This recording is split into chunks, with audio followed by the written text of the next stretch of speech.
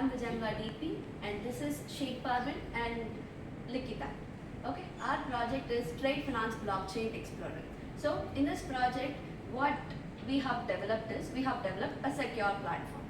In the traditional system, there are so many struggles, like there is a delay in verification process and document tampering followed by security issues. So what we have developed in our project is, we have developed something like hashing, which is for document security, and for transaction it is role based transaction. You can access it only role based.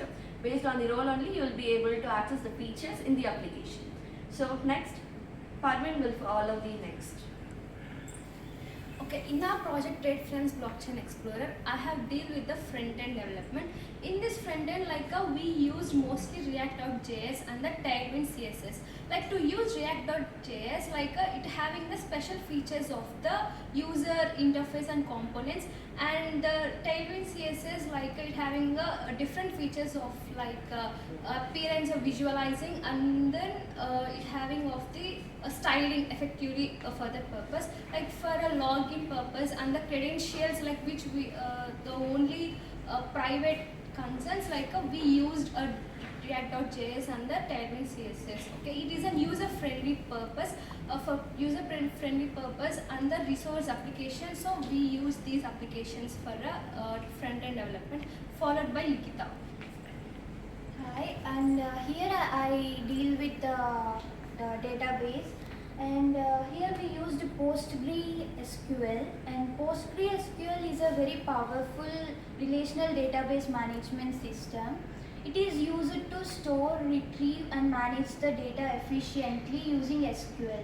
And here why we use the database management PostgreSQL is because it stores a large amount of data, and multiple users can access at a time, and it allows the JSON and XML database types. So here we used to store many transactions and all in the database, and followed by Vijaya. So the main objective of our project is transaction. Safely we have to transfer the documents as well as the amount. So let us get into the application. So this is the admin dashboard. Here we have 4 roles completely. Admin followed by bank, corporate and auditor. So each role can access each feature in the application. So this is the admin dashboard. And before that, I would like to show the login page. So this is the login page. Here we have to register at first. As I said, it is role-based access. So we have to give our email ID here. Followed by, here are 4 roles. So let us see the admin role at first. And we have to give the organization.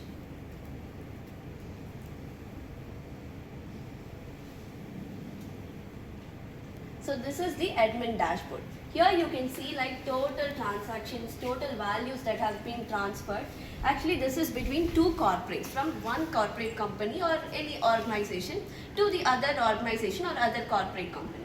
So here if you see, you can see total value, pending review, dispute and so on. So this is the recent transactions that have been done already. So here are the transactions that have been done from buyer and seller. Buyer is a company called IBM and seller is Deloitte. So from one company to the other company will be transferring. Either documents or transaction will be transferring from one organization to the other. So this is the amount that has been transferred from IBM to Deloitte, followed by the status. Here in admin dashboard, what you can see is, you can see everything that's happening. So admin can access everything in the application. Admin has the full control of the application. Followed by, we have several other dashboards called bank and corporate and auditor. So let's see this at first. So here you can create new transactions. Like if you give title, description, amount and buyer followed by seller. If you give this and create transaction, you can create new transaction. And this is nothing but integrity score, which is security. So, and this is ledger. Ledger, it is used for tracing the history of the transaction of either a documents or amount. Okay, whatever it is transferred, those records need to be traced. So in order to trace those, we are using ledger, which follows the concept of blockchain. So ledger, it is used to store the history. It will be storing it in a block, and those blocks will be connected into a chain. So here we use blockchain concept. To use that blockchain concept, we use ledger here. Okay, and followed by, we have several keys called transaction. Here you can see what are all the transactions that has been made from one organization to the other organization, amount, status, whether it is in progress or it is pending, or either the transaction is completed, you will be able to see it here. And this is integrity. These are all hash values. Hash values are for security purpose. Each transaction and documents are to be very secure. For that purpose, there are hash values. And this is, so here you can see, it can be verified. This verification, usually the bank used to do this verification progress. But the admin can do the overall access. It can access anything, right? So admin also can do verification, followed by it can also create new transaction. So here we have three keys: approve, dispute, and reject. So based on this, based on the transaction of either a document or amount, you can click these keys. I mean, the bank can click and access those. So this is documents. Here you can upload new documents. And this is the documents that we have uploaded already. Few are verified documents, few are tampered documents, and few are also pending. So tampered is nothing but damaged documents. And here also we have hash values, which ensures security. And this is risk analytics. So it is used to analyze the risk in the application or in each transaction or exchange of document. So here if you see, the current risk score is 91.3. And this is for alerts and notifications. So this is for integrity dashboard, which I have already mentioned, like it is for security purpose. Here total documents uploaded, hash verified documents, integrity failures, pending checks, and these are all the documents that I have uploaded, and will have hash values. Hash values are different for each transactions. And you can also see the status here, if you are verified, pending, tampered, and so on. And this is ledger. It is used to trace the history using blockchain concept. And this is the admin panel. Here we can see the users followed by the roles and organizations. And this is setting bar. So like admin dashboard, we have three more dashboards. Let us see it. So as I said, this is role based access. We shall come out, we shall sign out first, and then you should sign in as whatever the role you want. Like we have seen admin now. Let's see the other one. You have to register from first. You have to enter the name, followed by the email ID. And the other role is corporate.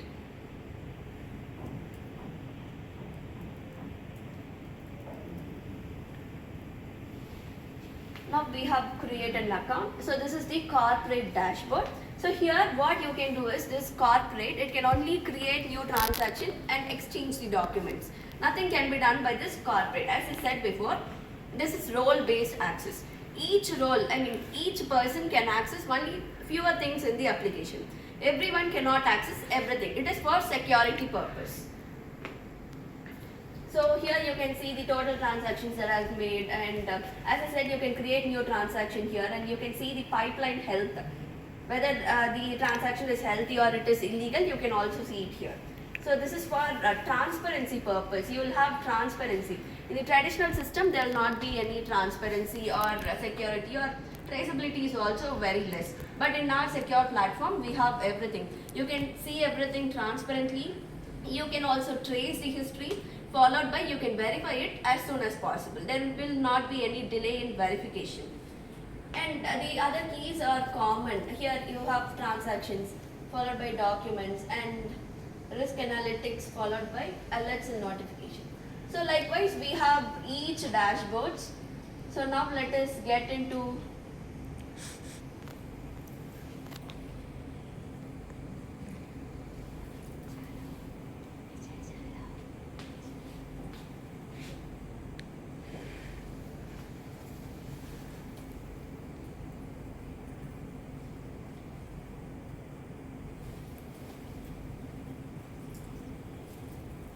So this is the bank dashboard.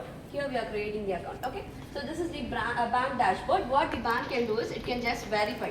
It cannot do anything else. It can only verify the documents that are exchanged and the transaction that has happened. So like bank, we have one more called auditor. Auditor cannot do anything. It can only audit, which means observe or read the transaction or documents that have been transferred from one organization to other organization. So thank you.